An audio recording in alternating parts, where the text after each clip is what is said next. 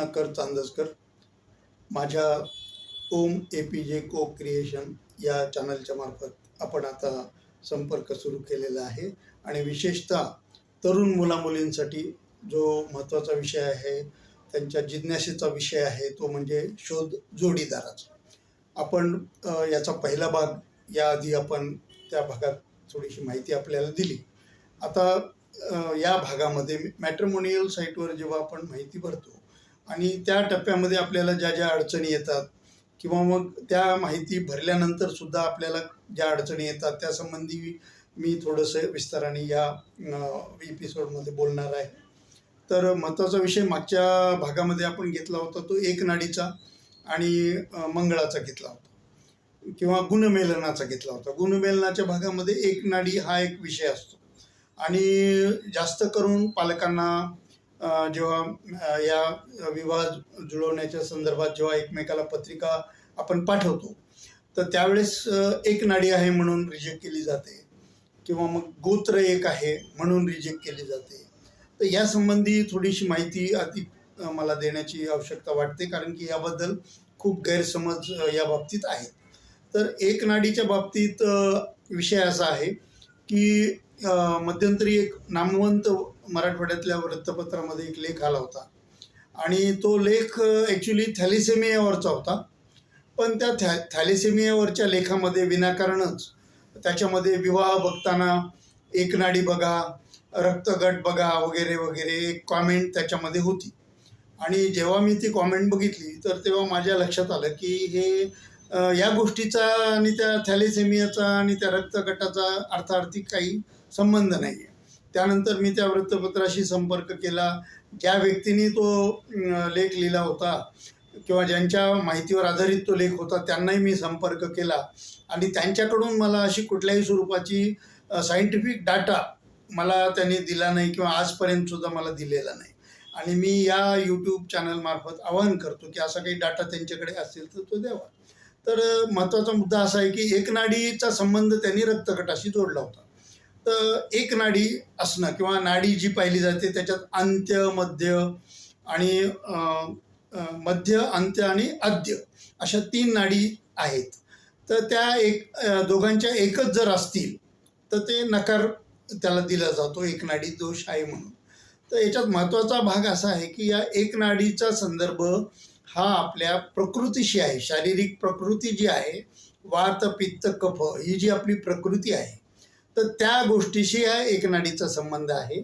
आणि एक नाडी असली म्हणजे काय होतं तर दोघांची नाडी एक आहे म्हणजे एक प्रकारचे आपले व्हायब्रेशन म्हणा किंवा काय ओरा म्हणा किंवा काय एकमेकाचं आपलं शारीरिक जे काही जुळवणूक असते ती काही अडचणी येतात आणि त्यामुळं मुलगा होण्याला, मुलगी होण्याला, संतती होण्याला अडचणी येतात. अशा दृष्टीनं पूर्वीच्या काळी याला महत्त्व दिलेलं होतं.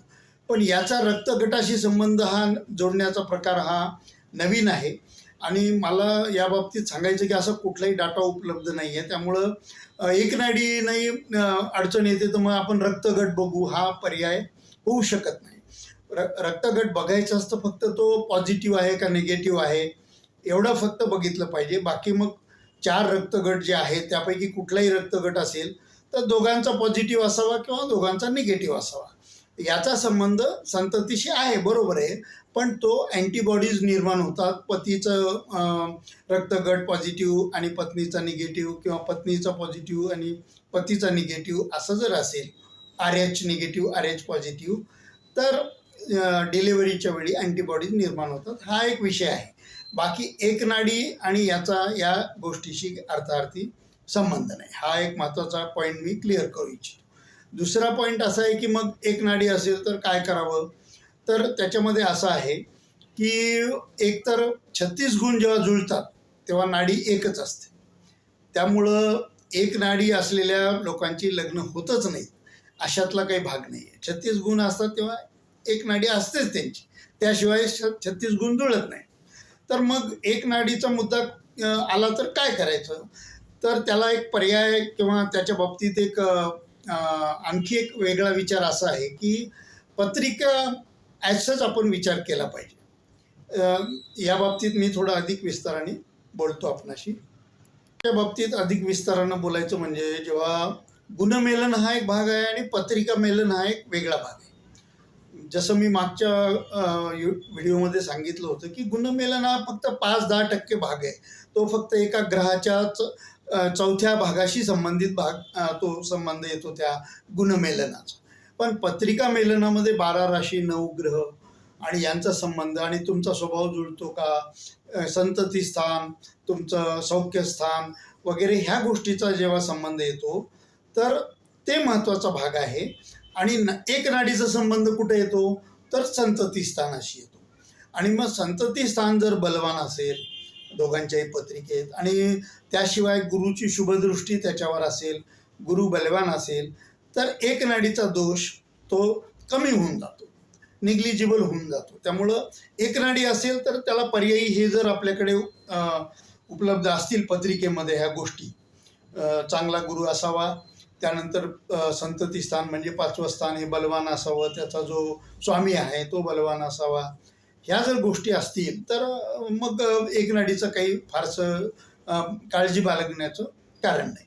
आता आणखी एक पुढचा एक भाग मी सांगतो की जो पत्रिकाशी रिलेटेड नाही आहे, पण पत्रिकेमध्ये ते कुठंतरी तो येतोच की तुमचं गोत्र काय आहे, गोत्र जुळतं का, हा एक मोठा विषय आहे. तर आपली जी गोत्र आहेत ती पंचांगामध्ये दिलेली आहेत.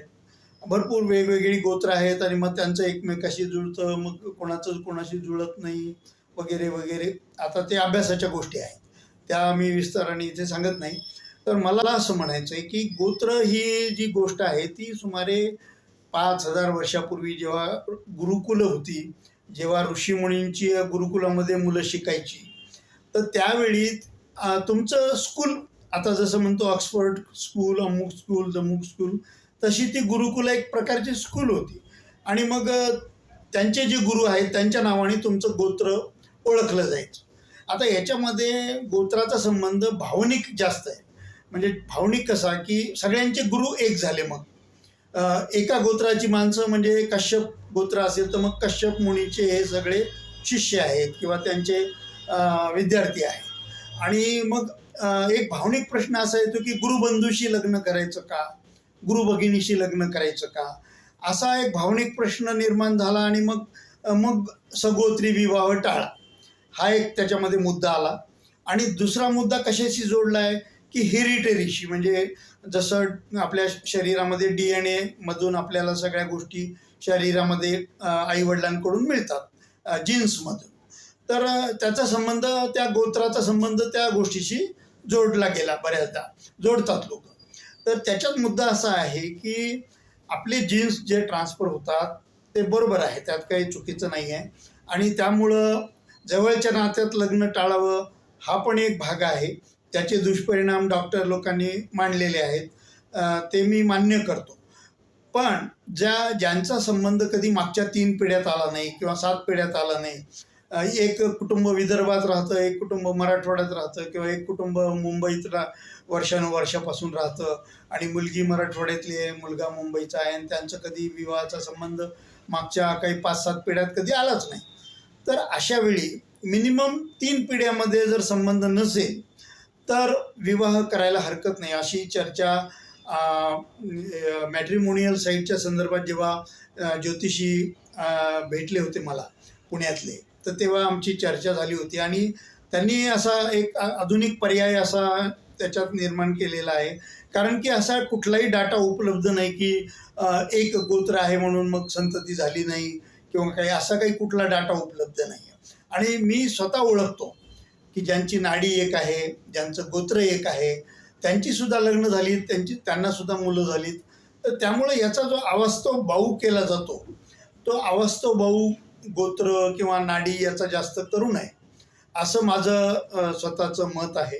आणि ते मी स्पष्टपणे या ठिकाणी मांडतो आहे. कदाचित इतर ज्योतिषांचा वेगळा विचार असू शकतो, पण मग त्याच्यासाठी डाटा, सायंटिफिक डाटा उपलब्ध करून संशोधन झालेलं असेल, त्याचे काही रिझल्ट आले असतील तर आपण त्यावर विश्वास ठेवू शकतो.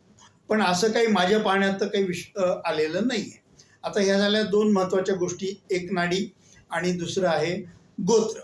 मग त्यानंतर पुढं आपण पुढच्या भागामध्ये आणखी जे विषय आहेत ते विस्ताराने बोलू. धन्यवाद.